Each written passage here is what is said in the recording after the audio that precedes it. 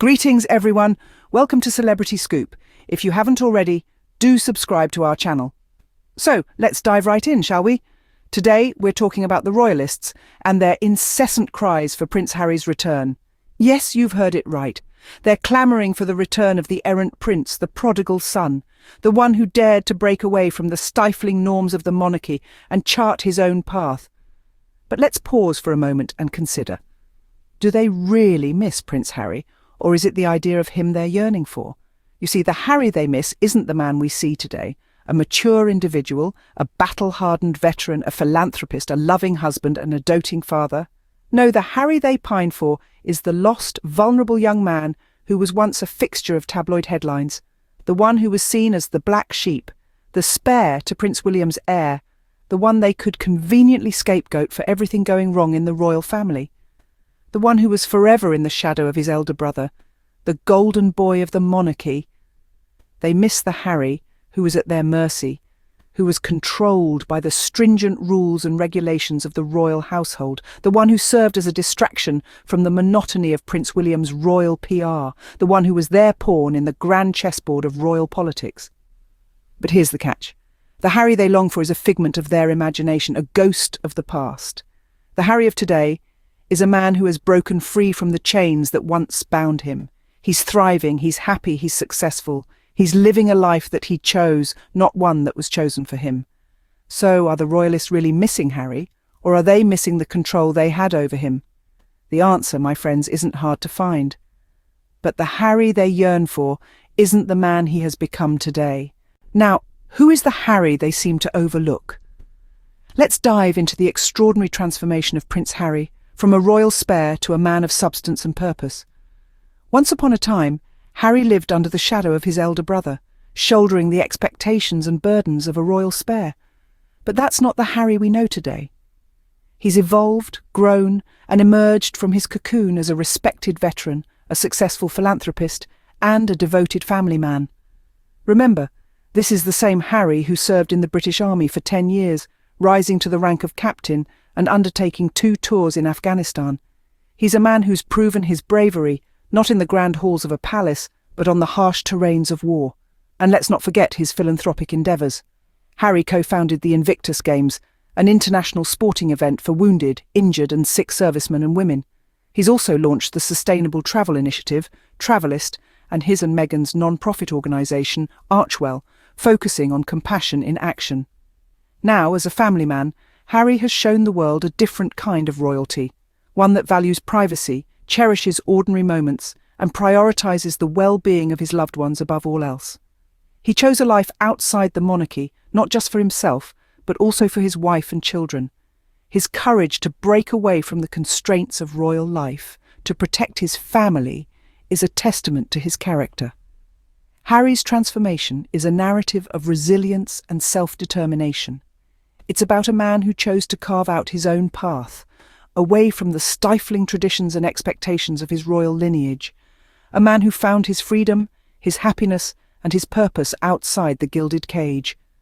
This is the Harry they choose to ignore, a man who has made a name for himself, independent of his royal roots. A man who stands tall, not as a royal spare, but as a respected veteran, a successful philanthropist, and a content family man. And that, my friends, is Prince Harry's real transformation. But what's the real reason behind their cries for his return, you might ask? Well, it's not quite as noble as they'd have you believe. The royalists don't miss Harry for the person he is today, a respected veteran, a dedicated philanthropist, a loving husband and father. No, they miss the Harry they could use to their advantage. The Harry who could be scapegoated for everything wrong with the royal family, while others sat back and played the golden boy act. You see, in their eyes, Harry was never meant to be a leader. He was meant to be a sidekick, a royal court jester, if you will, to his oh-so-important brother, King William in waiting. And let's be honest here, folks, William could use some help. His personality has been likened to a damp crumpet, and the press can only spin his duty and sacrifice act for so long before people notice he's just, well, there. But here's the kicker. The royalists aren't slick. They aren't fooling anyone. They don't actually care about Harry's well-being. If they did, they'd be celebrating his freedom, his happiness, and his success. Instead, They want him back under the monarchy's thumb, because without him their golden boy William looks even more bland, and the firm has one less human shield. You see, their pleas for Harry's return are not about Harry at all. They're about maintaining the status quo, keeping the narrative intact, and ensuring that there's someone else to blame when things go wrong. It's not about wanting Harry back. It's about needing him back. And there's a big difference between the two. So, to the royalists still crying about Prince Harry's return, give it up. He's not coming back to be William's sidekick. He's thriving, he's free, and most importantly, he's never going back to play the spare ever again.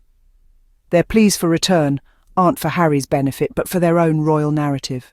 So what does the future hold for Harry, you may ask? Well, it's as boundless as the sky and as bright as the sun at high noon. Harry has firmly closed the door on his former life, a life that was mapped out for him, and not by him. His new path may be uncharted, but it's a path he chose, a path he walks with determination, and a resolve that's inspiring. Our Harry has taken the reins of his own destiny and is galloping towards horizons unexplored. He's no longer the spare waiting in the wings, but the leading man in his own life story. And what a story it's turning out to be. Harry is now a successful businessman, a celebrated philanthropist, and a respected voice on the global stage. He's a loving husband, a devoted father, and an influential figure who is making a real difference in the world. His refusal to return to his former life is not just about refusing the royal title or the palace's gilded cages. It's a refusal to be a pawn in a game that's not his. It's a refusal to be the scapegoat, the sidekick, the spare. It's a refusal to let others write his story. Harry has made it clear that he will not bow down to the pressures or the manipulations of those who wish to drag him back into the royal fold. His resolve is as solid as a rock, his determination as unyielding as steel. He has chosen to thrive, not just survive, and he's doing it on his own terms.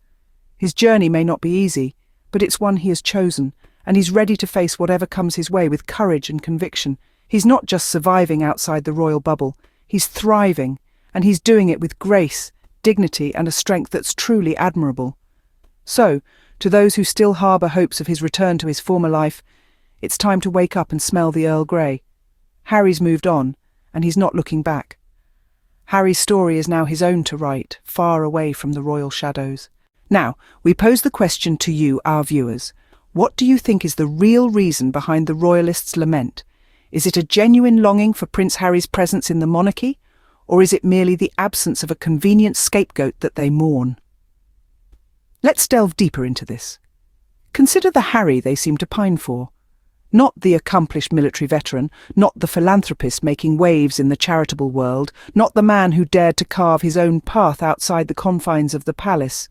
No, they yearn for the young prince who was always in the shadow of his older brother, the one they could easily point fingers at when anything went awry. But as we've discussed, Harry is no longer that person. He's grown, he's evolved, and he's thriving in his newfound freedom. So, is it really Harry they miss, or is it the comfort of having someone to blame? We invite you to share your thoughts on this. Do you believe the royalists genuinely miss Harry, or do they simply miss having a scapegoat? We're interested in hearing your perspectives on this intriguing matter. While you're at it, if you've enjoyed this video, please do give it a like. It helps us to know what kind of content you're interested in, and it allows us to continue providing you with the latest scoop. And if you haven't done so already, we urge you to subscribe to our channel. By doing so, you'll be the first to know when we release new videos. We cover a wide range of topics, from royal family dynamics to celebrity news and everything in between. And with that, we conclude today's scoop. We look forward to your thoughts in the comments. Thank you for watching, and don't forget to subscribe.